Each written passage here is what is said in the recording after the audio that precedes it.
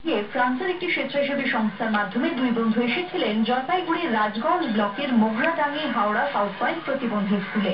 পেশায় computer engineer এই দুই বন্ধু সেবার স্কুলে 1 বছর ছিলেন। স্কুলের কচি কাচাদের সঙ্গে একাত্ম হয়ে গিয়েছিলেন তারা।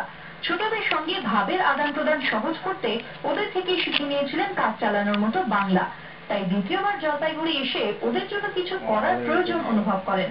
সেই উদ্দেশ্যে অর্থ সংগ্রহের জন্য তাদের এই বিশেষ যাত্রা। 6 মাসের যাত্রাপথে তারা যাবেন পাকিস্তান, ইরান, তুরস্ক, ফ্রান্স সহ 11টি দেশে।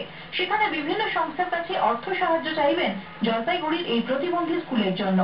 যখন আমরা দেশে পৌঁছাবো ওখানে সব লোক দেখবে তোমরা ওখান থেকে এসেছো বড় আছে, পরে আমরা বলবো হ্যাঁ আমরা HSP থেকে হাওড়া সাউথ পয়েন্ট থেকে এসেছি, ওরা ওখানে এরকম কাজ করে, ওরা ভালো কাজ করে, তোমরা ওদের সাহায্য দিতে পারবে।